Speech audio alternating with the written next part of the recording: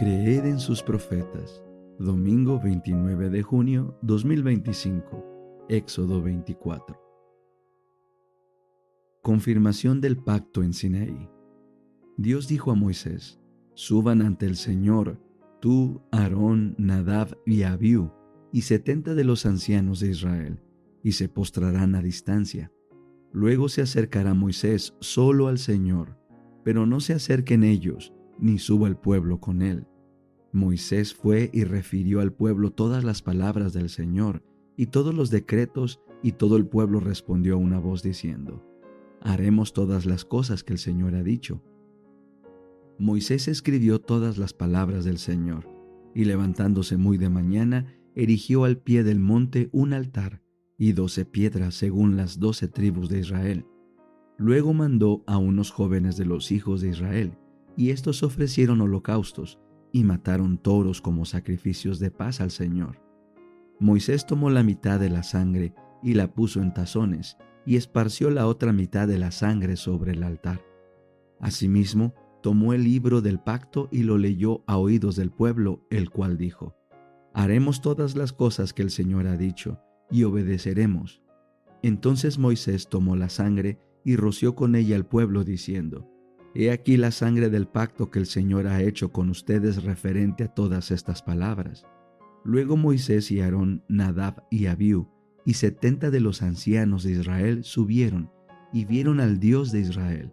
Debajo de sus pies había como un pavimento de zafiro, semejante en pureza al mismo cielo, y no extendió su mano contra los principales de los hijos de Israel. Ellos vieron a Dios y comieron y bebieron. Entonces el Señor dijo a Moisés: sube a mí al monte y espera allí. Yo te daré las tablas de piedra con la ley y los mandamientos que he escrito para enseñarles. Se levantaron Moisés y Josué su ayudante, y Moisés subió al monte de Dios y dijo a los ancianos: espérennos aquí hasta que volvamos a ustedes. He aquí Aarón y Hur están con ustedes. El que tenga algún asunto, acuda a ellos. Entonces Moisés subió al monte, y la nube cubrió el monte. La gloria del Señor posó sobre el monte Sinaí, y la nube lo cubrió por 6 días. Al 7º día, él llamó a Moisés de dentro de la nube, y la apariencia de la gloria del Señor en la cumbre del monte era como un fuego consumidor ante los ojos de los hijos de Israel. Moisés entró en la nube y subió al monte, y estuvo Moisés en el monte 40 días y 40 noches. Patriarcas y Profetas, capítulo 14, la destrucción de Sodoma. Este capítulo está basado en Génesis 19. La más bella de las ciudades del valle del Jordán era Sodoma, situada en una llanura que era como el huerto de Jehová, Génesis 13:10, por su fertilidad y hermosura. Allí florecía la abundante vegetación de los trópicos. Allí abundaban la palmera, el olivo y la vid, y las flores esparcían su fragancia durante todo el año. Abundantes mieses revestían los campos, y muchos rebaños lanares y vacunos cubrían las colinas circundantes. El arte y el comercio contribuían a enriquecer la orgullosa ciudad de la llanura. Los tesoros del oriente adornaban sus palacios, y las caravanas del desierto proveían sus mercados con preciosos artículos. Con poco trabajo mental o físico se podían satisfacer todas las necesidades de la vida, y todo el año parecía una larga serie de festividades. La abundancia general dio origen al lujo y al orgullo. La ociosidad y las riquezas endurecen el corazón, que nunca ha estado oprimido por la necesidad ni sobrecargado por el pesar.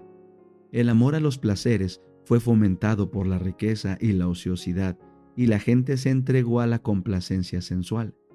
Esta fue la maldad de Sodoma, dice Ezequiel, tu hermana.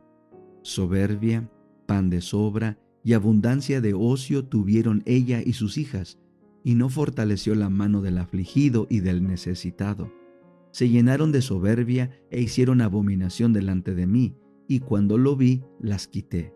Ezequiel 16, 49 y 50.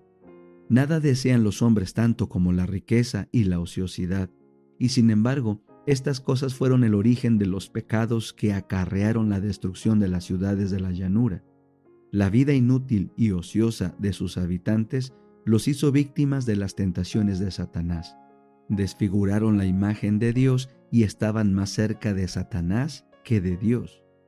La ociosidad es la mayor maldición que puede caer sobre el hombre, porque la siguen el vicio y el crimen. Debilita la mente, pervierte el entendimiento y el alma. Satanás está al acecho, listo para destruir a los imprudentes, cuya ociosidad le da ocasión de acercarse a ellos bajo cualquier disfraz atractivo. Nunca tiene más éxito que cuando se aproxima a los hombres en sus horas ociosas. Reinaban en Sodoma el alboroto y el júbilo, los festines y las borracheras. Las más viles y más brutales pasiones imperaban desenfrenadas. Los habitantes desafiaban públicamente a Dios y a su ley, y encontraban deleite en los actos de violencia. Aunque tenían delante de ellos el ejemplo del mundo antediluviano y sabían cómo se había manifestado la ira de Dios en su destrucción, sin embargo, seguían la misma conducta impía. Cuando Lot se trasladó a Sodoma, la corrupción no se había generalizado, y Dios en su misericordia permitió que brillaran rayos de luz en medio de las tinieblas morales. Cuando Abraham libró a los cautivos de los elamitas, la atención del pueblo fue atraída a la verdadera fe. Abraham no era desconocido para los habitantes de Sodoma, y su veneración del Dios invisible había sido para ellos objeto de ridículo. Pero su victoria sobre fuerzas muy superiores y su magnánima disposición acerca de los prisioneros y del botín despertaron la admiración y el asombro. Mientras alababan su capacidad y valentía, nadie pudo evitar la convicción de que un poder divino le había dado la victoria. Y su espíritu noble y desinteresado, tan extraño para los egoístas habitantes de Sodoma, había sido otra prueba de la superioridad de la religión a la que honró por su valor y fidelidad. Melquisedec, al bendecir a Abraham, había reconocido a Jehová como la fuente de todo su poder y como autor de la victoria. Bendito sea Abraham del Dios Altísimo, creador de los cielos y de la tierra, y bendito sea el Dios Altísimo, el que entregó a tus enemigos en tus manos. Génesis 14, 19 y 20. Dios estaba hablando a aquel pueblo por su providencia, pero el último rayo de luz fue rechazado, como todos los anteriores. Y ahora se acercaba la última noche de Sodoma. Las nubes de la venganza proyectaban ya su sombra sobre la ciudad condenada. Pero los hombres no las percibieron. Mientras se acercaban los ángeles con su misión destructora, los hombres soñaban con prosperidad y placer. El último día fue como todos los demás que habían llegado y desaparecido. La noche se cerró sobre una escena de hermosura y seguridad. Los rayos del sol poniente crearon un panorama de incomparable belleza. La frescura del atardecer había atraído fuera de las casas a los habitantes de la ciudad, y las multitudes amantes del placer se paseaban gozando de aquel momento. A la caída de la tarde, 2 forasteros llegaron a la puerta de la ciudad. Parecían viajeros que venían a pasar allí la noche. Nadie pudo reconocer en estos humildes caminantes a los poderosos heraldos del juicio divino, y poco pensaba la alegre e indiferente multitud que, en su trato con estos mensajeros celestiales, esa misma noche colmaría la culpabilidad que condenaba a su orgullosa ciudad. Pero hubo un hombre que demostró a los forasteros una amable atención, convidándolos a su casa. Lot no conocía el verdadero carácter de los visitantes, pero la cortesía y la hospitalidad eran una costumbre en él, formaban parte de su religión, eran lecciones que había aprendido del ejemplo de Abraham. Si no hubiera cultivado este espíritu de cortesía, habría sido abandonado para morir con los demás habitantes de Sodoma. Muchas familias, al cerrar sus puertas a un forastero, han excluido a algún mensajero de Dios que les habría proporcionado bendición, esperanza y paz. En la vida, todo acto, por insignificante que sea, tiene su influencia para el bien o para el mal.